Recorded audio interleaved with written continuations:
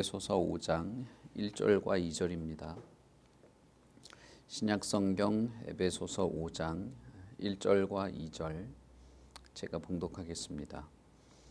그러므로 사랑을 받는 자녀같이 너희는 하나님을 본받는 자가 되고 그리스도께서 너희를 사랑하신 것 같이 너희도 사랑 가운데서 행하라. 그는 우리를 위하여 자신을 버리사 향기로운 제물과 희생 제물로 하나님께 드리셨느니라. 아멘.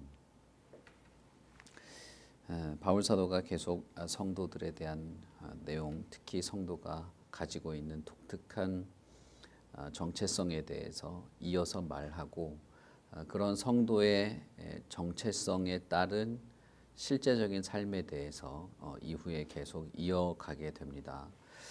물론 5장하고 6장 전체가 교회를 염두에 두고 쓴 권면이기는 하지만 그 권면의 어떤 배경에는, 그렇게 권면을 행하고 따를 수 있는 배경에는 성도라고 하는 사람들의 독특한 정체성을 염두에 두고 있는 것입니다.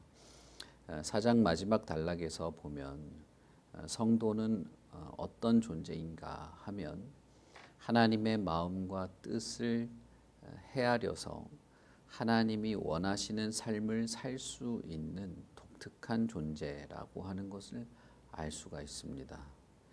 그래서 당시의 로마 헬라 문화, 그리고 당시의 사회에 전반적으로 인정받고 아무 문제 없이 여겨지던 그런 행동들도 하나님의 자녀 혹은 성도이기 때문에 따르지 말고 오직 하나님의 말씀과 진리, 그리스도의 교훈과 가르침을 기준으로 해서 살도록 바울 사도가 권면을 하는 것입니다. 사실 에베소서 4장의 뒷부분에 있는 그 권면은 에베소서에만 있는 것이 아니고 빌립보서나 빌레몬서나 골로새서, 그 옥중서신 전반에서 다 동일하게 들어가 있는 내용입니다. 그러니까 당시 로마의 지배에 있던 문화들이 다 대동소이한 문화를 가지고 있었다는 것이죠. 그래서 골로새서에서도 거짓을 말하거나 방탕한 말을 하거나 악의와 분노가 있는 말을 하는 부분에 대해서 지적을 하죠. 그것은 그냥 윤리적으로 살으라는 뜻이 아니라 그런 것들이 허용되고 받아들여지던 사회 문화가 있었기 때문입니다. 바울의 편지에는 종종 이런 장면들이 나오는데 그것은 당시에 거짓을 해서라도 유익을 얻게 되거나 어떤 거짓을 통해서라도 자기들의 어떤 이익을 위해서 행하는 그런 것들, 그런 것을 좋게 여기던 분위기가 있었던 것이죠. 그리고 자기에게 손해를 입힌 자에게 복수를 하는 것을 당연한 권리처럼 생각하는 그런 문화들. 그러나 사실은 우리가 살고 있는 이 현대 사회도 이 동일한 개념을 가지고 있습니다. 그래서 국가의 이익을 위해서라면 다른 나라를 속여도 된다는 식의 그런 정치 철학을 가지고 있는 경우가 종종 있고, 이것이 오히려 어쩔 수 없고 현대 사회에서는 우리가 당하지 않으려면 우리도 이용해야 된다는 식으로 말하는 경우도 흔하게 있습니다.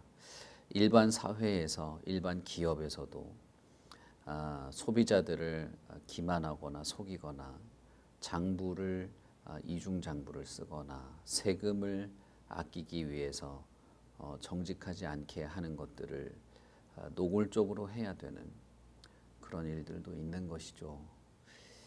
예전에 제가 알던 어떤 의사분은 정직하게 세금을 내면 생활비도 낼 수 없다, 그렇게 하면서 우리나라의 이 법 체계는 속일 수밖에 없는 법 체계로 되어 있다, 그러면서 자신은 예수를 믿긴 하지만 어쩔 수 없이 매출을 속이는 그런 일을 한다고 하는 말을 들어본 적이 있습니다.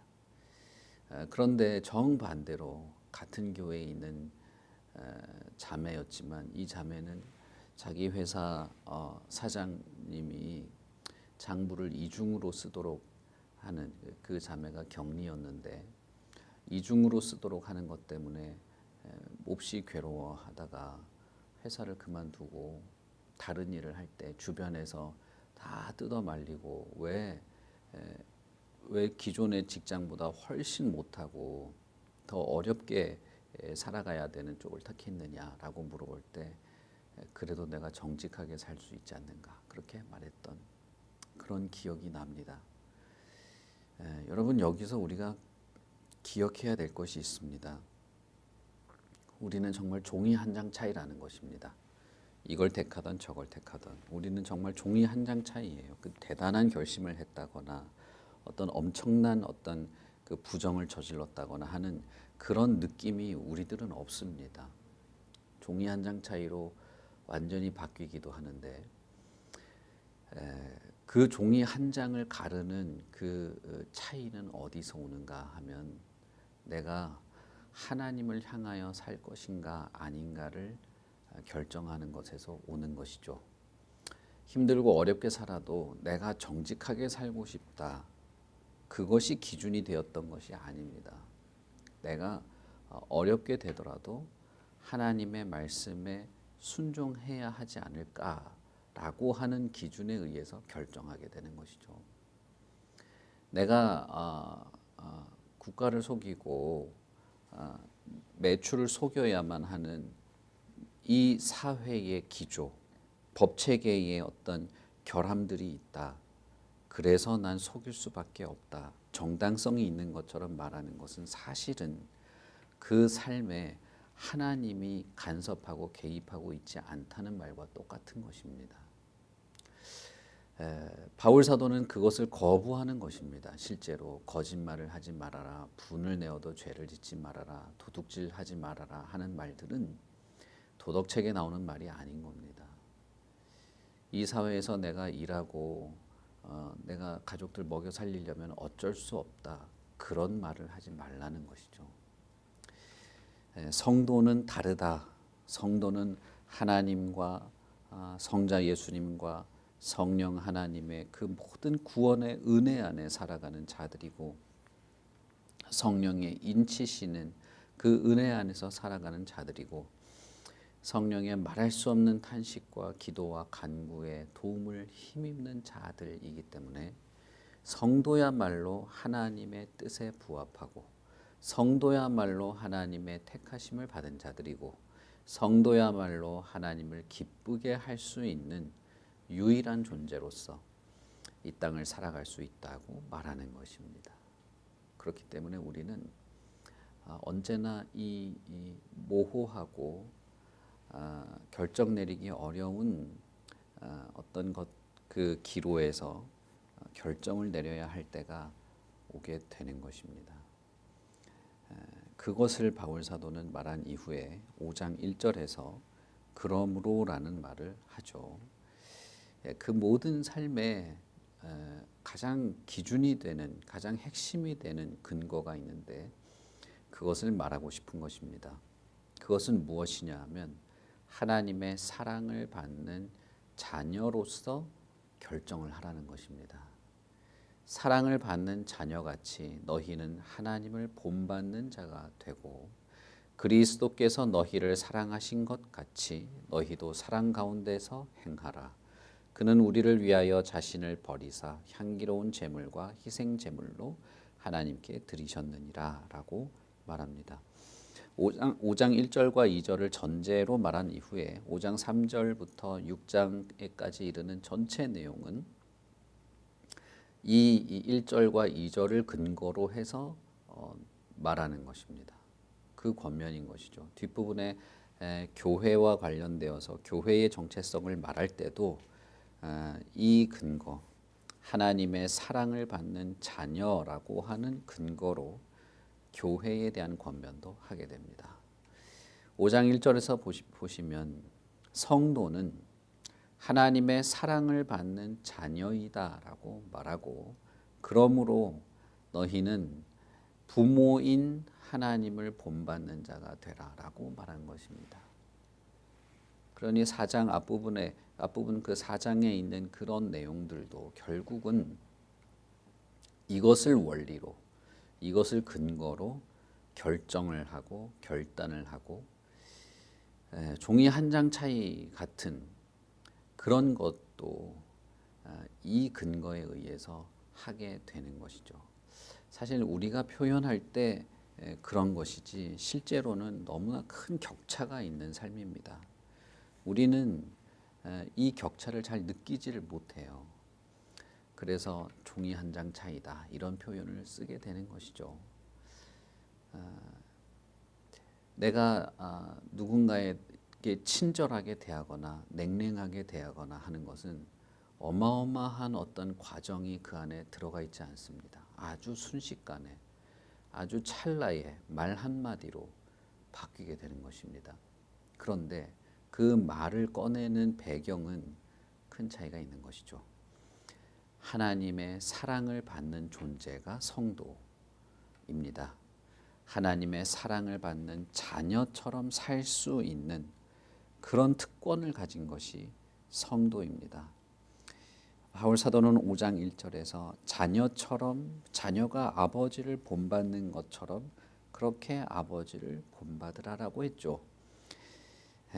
저도 의도하지는 않았지만 저도 잘 모르지만 사람들이 아버지와 많이 닮았다고 말합니다. 말하는 투도 그렇고 걷는 것도 그렇고 우리 아이들에 대해서도 우리 아내는 걷는 모습이 당신하고 너무 비슷하다고. 그럼 저도 똑같이 말해요. 당신도 장인이랑 걷는 게 똑같다고. 뭔가를 의도해서 그렇게 되는 게 아닙니다. 부모를 보고 자연스럽게 젖어들고 흡수하게 되는 것이죠. 그리고 다른 누가 봐도 저 사람이 아버지랑 똑같이 닮았네라고 할 만큼 그 부모를 알아챌 수 있는 그 특징이 자녀에게서 드러난다는 것입니다. 그러니 바울이 지금 말하는 것은 여러분들은 아주 독특한 존재들인데 하나님의 특징을 알아챌 수 있는 그 하나님을 알아챌 수 있는 특징이 당신들에게서 나타나게 됩니다라고 말한 것입니다. 하나님을 알아챌 수 있는 특징으로 말한 것은 무엇이냐 하면 바로 사랑입니다. 사랑이 우리는 너무 흔하게 말하고 너무 대중적인 단어이기 때문에 이게 별것 아닌 것 같아 보이기도 하고 어떤 사람들은 왜 입만 열면 사랑 얘기하냐고 하는데 사랑만큼 하나님을 느끼게 할 만한 것이 없죠. 실제로는 사랑이야말로 하나님을 보여주는 대단한 특징 중에 하나입니다. 그런데 하나님 아버지를 닮은 자가 되라라고 한 것이죠. 당신들을 보면 야, 저 사람 부모의 특징이 저 사람한테 같이 닮아서 있네라고 할 만큼 저자들이 보여주는 저것이 하나님의 사랑이구나라고 하는 것을 알도록 하라는 것이죠. 여러분 이 5장 1절을 보시면 어떤 성경이 생각나십니까? 이것은 하나님이 천지를 창조하신 목적 가운데 하나입니다. 창세기를 여러분 한번 생각해 보십시오. 인간을 만들 때 하나님은 당신을 닮은 존재로 만들었습니다. 자신의 형상을 따라 만들었죠. 하나님이 모든 우주 만물을 지으실 때 말로 지으십니다. 그리고 이 땅에 동물과 식물을 만드실 때 각양 개성을 따라서 만듭니다. 각자의 모양대로 만들어요. 그리고 그것을 흡족해하고 기뻐하시죠. 그런데 마지막 날에 마지막 창조물은 단순히 말로 하거나 각자의 개성대로 만들거나 하지 않았습니다. 인간만큼은 자신의 모습을 본따서 만들었어요. 그리고 비로소 하나님이 안식하십니다. 다시 말하면 인간을 만드는 것이 창조 가운데 최종적인 결과물의 하나였다는 거예요. 물론 창조에 대해서 우리가 더 다른 말을 할 수는 있습니다만은 그러나 거기서 우리는 하나님이 온 우주 만물과 별과 이 수많은 자연 만물들을 만드시는 그 과정이 단순히 취미 생활이 아니었다는 겁니다. 인간이라고 하는 존재가 존재해 나갈 수 있도록, 이 피조물이 생명을 이어갈 수 있도록 미리 모든 이 어마어마한 것을 다 만드신 것입니다. 이 광활한 우주 공간에 그 수많은 행성과 항성, 그것이 질서를 가지고 운행하도록 하시는 그 모든 것들이 하나님의 형상을 닮은 존재가 살아가도록 만드신 것이죠. 그리고 비로소 하나님께서 인간에게 명령을 하시는데 그 명령에는 결국 하나님의 뜻이 담겨 있는 것이죠. 그 하나님의 뜻은 너희가 생육하고 번성하라는 것입니다. 이 땅에 충만하라라는 것이죠. 그리고 아담의 후손은 아담을 닮은 자들이죠. 그러니까 하나님을 닮은 아담, 그리고 아담을 닮은 아담의 후손들이 생육하고 번성해서 이 땅에 충만하게 되는 것이 하나님의 뜻이었어요. 천지를 창조하신 하나님의 목적과 뜻이 거기에 있는 겁니다. 그런 면에서 아담은 하나님을 닮은 존재인 것이고 하나님을 닮은 존재였어야만 하는 것이죠. 그러나 아담은 결정적으로 하나님을 닮을 것인가 뱀을 닮을 것인가를 결정하여야 할 때에 사과가 아니고 선악과를 먹는 행동은 정말 종이 한 장의 작은 차이입니다. 베어 물던 베어 물지 않던 둘 중에 하나지만 그 배경은 내가 하나님의 자녀로 하나님을 닮은 자로 살 것인가 뱀의 자녀로 뱀을 닮은 자가 될 것인가를 결정하는 것이었죠. 너희 아비 사탄이라고 말하는 데는 이유가 있는 것입니다. 본질상 진노의 자녀가 되었다는 것도 같은 말인 것이죠. 아담은 하나님을 닮은 자가 아니라 뱀을 닮은 자로 살기로 결정했던 것입니다. 그리고 아담과 가인이 나온 것이죠. 하나님은 아담뿐 아니라 노아에게도 동일한 말씀을 하십니다. 홍수가 끝나고 무트로 나온 노아에게 생육하고 번성하고 땅에 충만하도록 말합니다. 아브라함을 부르실 때도 하나님은 이렇게 말합니다. 내가 너에게 자손을 주겠다. 그런데 그 자손이 하늘의 별처럼 많아질 것이다 라고 했어요. 아브라함과 닮은 자손이 하늘의 별처럼 많아지는 것이 하나님의 뜻이죠. 하나님의 목적입니다. 노아를 닮은 노아의 자손이 번성하고 충만해지는 것이 하나님의 뜻이었습니다. 결국 하나님을 닮은 하나님과 친밀한 하나님의 마음을 공유하고 있는 자들이 이 세계에 가득 차게 되는 것. 그래서 하나님과 사랑의 교류를 하고 하나님의 기쁨이 되고 하나님을 즐거워하는 자들이 많아지는 것이 결국 하나님의 뜻이죠.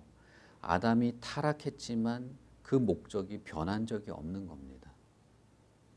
그리고 여러분 한번 생각해 보십시오.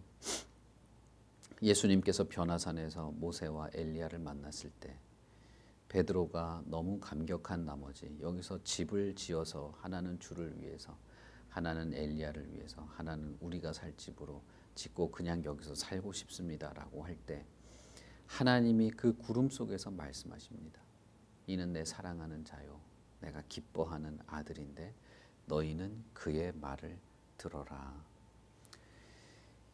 예수님의 말을 듣고 예수님의 말대로 행하는 것, 예수님의 말을 듣고 예수님의 마음을 품고 살아가는 것, 예수님의 말을 마음에 간직하고 자신이 사랑하고 기뻐하는 자인 예수를 닮은 자로 사람들이 살아가게 되는 것이 하나님의 뜻입니다. 그것이 하나님의 기쁨이요 하나님의 즐거움이고 그런 자들이 많아지는 것, 예수를 닮은 자들이 많아지는 것이야말로 하나님의 기쁨인 것이죠. 바울 사도가 사실은 동일한 말을 창세기에서부터 요한계시록에 이르기까지 변함없는 하나님의 마음을 담고 있는 것입니다. 어떻게 우리가 그리스도를 닮은 자로 그리스도의 특징을 간직한 자로 살아갈 수 있느냐 하면 부모를 사랑하는 자녀가 부모를 대하는 그리고 부모를 닮은 모습을 보여주는 것처럼 그렇게 행하라는 것입니다. 그러면 여러분 한번 생각해 봅시다. 우리가 부모님께 대하는 어떤 행동을 생각해 봅시다. 물론 이것이 정확하지는 않을 수 있습니다. 왜냐하면 우리가 살아가는 세계에서 부모와 자녀 간에도 이기심이 끼어 있기 때문인데 그런 것이 아니라 일반적이고 뭐랄까요 평범한 상태를 생각해 보자는 것이죠. 우리가 그 부모와 자녀 관계에도 왜곡이 있긴 하지만 일반적으로 자녀가 부모에게 뭔가를 할 때 어떤 의도를 가지고 혹은 부모에게 내가 벌을 받을까 봐 그렇게 하지는 않는 것 아닙니까? 아이들이 부모의 마음을 상하게 하기 싫어서 순종하는 것이죠. 어떤 사람이 부모가 아끼는 물건을 부쉈다고 생각해 봅시다. 자녀가 부모가 아끼는 물건을 부쉈을 때 부모에게 혼날까 봐 두려워하고 고통스러워하는 것이 아니라 부모의 마음을 아프게 했다는 것 때문에 후회하는 것이죠. 그런 것이 정상인 겁니다. 부모님에게 순종하는 이유도 나중에 부모님이 집에 돌아왔을 때 나를 죽도록 괴롭히겠지 이 생각 때문에 순종하는 것이 아니고 부모님의 마음을 흡족하게 하려고 순종하는 것이죠. 그 원리는 사랑인 것입니다. 그것처럼 하나님의 뜻을 행하라는 것이죠. 그리고 예로 든 분이 그리스도입니다. 그리스도의 사랑이 어떻게 드러났느냐 하면 아버지께서 피조물인 너희들을 사랑하시는 것을 알기 때문에 그리스도께서도 너희들을 사랑하여서 사랑 가운데에서 행하신 것이 자신을 희생하고 자신을 하나님께 향기로운 제물로 드리는 것이었다라고 말하고 있습니다. 모든 것이 사랑의 원리였고 사랑의 수고였고 그 사랑의 원리 속에서 무엇까지 가능했는지를 말한 것입니다. 그런데 여러분, 그런데 이런 그리스도를 닮을 수 있는 자가 오직 성도인 겁니다.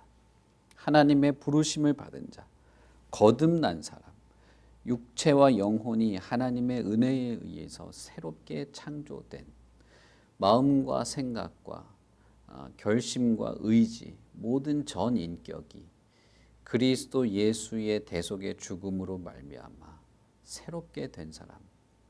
에베소서의 표현대로라면 옛 사람을 벗고 새 사람을 입은 바로 그런 자들, 참된 신앙을 가진 하나님의 구원의 은총을 입은 성도만이 이렇게 되는 겁니다. 그러니 성도야말로 얼마나 영광스러운 자들입니까? 저와 여러분이 하나님의 그 사랑 안에서 구원의 은혜를 입었다는 것이 얼마나 다행입니까?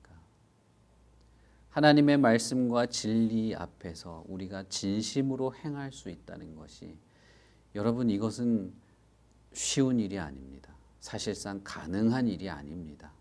이것은 불가능한 일이었는데 가능하게 된 것입니다. 하나님이 부모로서 너 이거 제대로 못했어? 너 이거 내 마음에 흡족하지 않네. 그러니까 너는 죽어라. 이렇게 하는 분이 아니죠. 그렇게 하는 부모가 어디에 있습니까? 그렇게 사랑을 표현하는 부모는 없는 겁니다. 그런 사랑을 받을 수 있는 자도 오직 성도뿐입니다. 참된 신자뿐입니다. 그렇게 하나님의 사랑을 받고 그도 하나님을 그렇게 사랑하는 것입니다.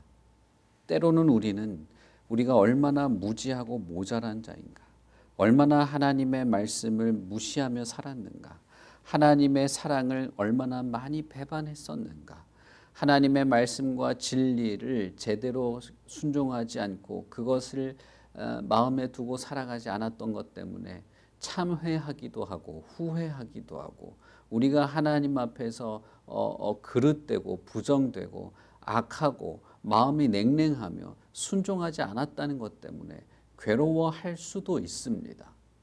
그러나 그것 때문에 우리가 하나님을 저버리거나 하나님으로부터 떠나거나 괴로움 그 자체에 빠지거나 죄책감 자체에 빠져서 허우적거리지 않을 수 있는 것은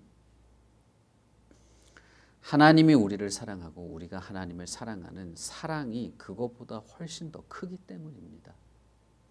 하나님은 우리의 부정과 죄악보다 더 크신 분입니다.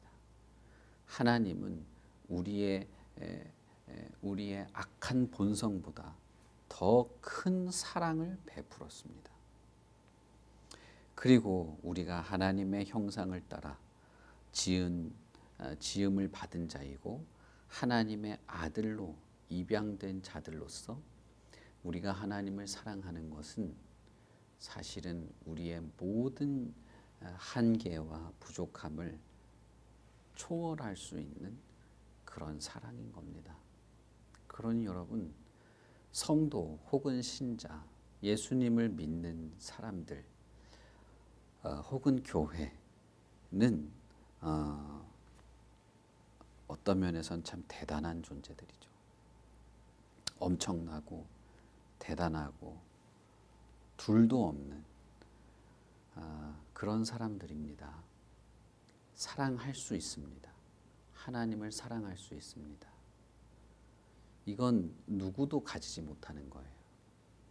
오직 그리스도의 구원하시는 그 은혜 안에서 새롭게 된 자들, 우리들이 그럴 수 있습니다. 내가 내 자신을 볼 때는 정말 형편없는 존재이긴 하지만 그러나 하나님을 사랑할 수 있다니, 하나님께 내가 내 자신을 진심으로 대할 수 있다니 너무 자유롭고 다행스럽고 감사하고 즐거운 것이죠. 우리가 부모만큼 우리 자신을 터놓고 말할 대상도 없지 않습니까? 우리가 살아가는 인간 세상에서 자기 자신을 다 터놓고 내어놓고 적당한 거리를 지키지 않아도 되고 자신의 내면을 다 풀어놓고 만날 수 있는 대상은 사실은 거의 없어요. 그럴 수 있는 삶이 없습니다. 그렇기 때문에 현대인은 너무나 피곤하게 살아갈 수밖에 없죠. 그러나 하나님께는 그 모든 것이 됩니다. 우리 자신을 포장할 필요도 없고 내 추함을 감출 필요도 없고 하나님께는 다 드러낼 수 있습니다. 왜냐하면 사랑이 있기 때문이에요. 우리는 하나님을 그렇게 사랑할 수 있고 하나님을 그렇게 기쁘게 할 수도 있고 하나님의 마음에 그렇게 합하게 살아갈 수 있는 대단한 존재들입니다. 그러니 여러분, 그 이후에 3절부터 나오는 모든 권면들은 사실상 짐이거나 강요거나 의무거나 부담이 아닌 겁니다. 이것은 우리에게는 오히려 내가 하나님을 사랑하니 이런 것까지도 할 수 있구나라고 하는 그런 내용이에요. 하나님이 나를 사랑하고 내가 하나님을 사랑할 수 있게 되어서 내가 이렇게까지도 살아갈 수 있게 되었구나라는 것입니다. 그러니 여러분, 정말 종이 한 장 차이입니다. 하나님을 향하여 내가 이렇게까지 살 수 있다니 라며 행하는 것과 이건 종교적 짐이고 부담이고 어려운 것처럼 느끼는, 이건 정말 종이 한 장 차이예요. 그러나 이 둘 사이는 대단한 것이 있는 겁니다. 그 배경에는 하나님을 사랑하고 하나님의 사랑을 받는 자녀로서의 나가 있는 것이죠. 사탄은 우리를 끊임없이 참소합니다. 사탄은 우리의 마음을 끊임없이 넘어뜨립니다. 그런데 언제든 그 앞에서 우리가 참회할 수도 있고 고통 가운데 마음을 찢을 수도 있고 죄를 뒤집어쓰고 침상을 적시며 회개할 수도 있습니다. 이걸 무시하면 안 되죠. 이 과정이 없을 수는 없지만 그러나 그러는 가운데도 항상 내가 하나님을 사랑하는 하나님의 자녀임을 잊지 마시고 그리고 그 자녀가 무엇까지 가능한지 내가 어떤 삶이라도 살아갈 수 있는지를 마음에 품고 기대하고 그렇게 하나님의 사랑 안에서 행할 수 있기를 바랍니다. 우리 같이 기도하겠습니다. 하나님 아버지 은혜를 감사합니다. 내가 뭔데 하나님의 사랑을 받은 자가 되고 하나님의 자녀가 됩니까? 부모가 자녀에게 사랑을 베푼 것을 생각해 볼 때, 내가 부모님에게 받은 것들을 생각해 볼 때, 그것도 참 대단하고 황송한 것인데 하나님이 우리의 부모님이 되어서 베푸는 사랑이란 얼마나 크고 영광스러운 것일까 생각해 봅니다. 그런 우리가 하나님을 사랑할 수 있게 되고 단순히 사랑하는 정도의 문제가 아닌 자녀로서 사랑 안에서 행할 수 있게 된 것이 얼마나 다행스럽고 감사한지 모르겠습니다. 우리가 때때로 번잡스러운 우리의 삶을 살고 복잡하고 바쁘게 지내면서 이 사랑, 하나님을 향한 이 마음을 잊을 때가 종종 있지만 그러나 우리가 성경을 읽고 하나님 앞에 다시 무릎을 꿇게 될 때 하나님의 이름을 부를 때 우리 안에서 하나님을 향한 이 진심이 다시 살아나게 됨을 고백합니다. 우리는 하나님을 기뻐합니다. 하나님을 향하여 사랑으로 행합니다. 그리스도처럼 그리스도께서 자신의 모든 것을 드려 하나님을 사랑하고자 했던 것처럼 우리도 하나님의 그 마음을 담고 그리스도를 담고 우리의 모든 것을 드려서라도 하나님을 사랑할 수 있고 그렇게 사랑을 받아주시는 그런 존재가 되었는 줄 믿습니다. 하나님, 우리 자신에게 눈을 돌릴 때는 한없이 모자라지만 하나님의 사랑에 우리의 눈을 둘 때는 대단하고 엄청나고 모든 것이 하나님의 은혜 안에서 가능하게 됨을 믿습니다. 오늘 우리의 삶을 하나님께서 기뻐 받으시고 우리의 찬양을 받으시고 우리의 말과 행동과 우리의 삶의 모두가 하나님을 사랑하는 하나님의 자녀로서의 삶임을 생각해 볼 때 하나님께서 우리의 모든 말과 행동을 다 기쁘게 받아주시기를 기대합니다. 오늘 하루의 모든 삶을 하나님께 맡깁니다. 하나님께 다 펼쳐 보입니다.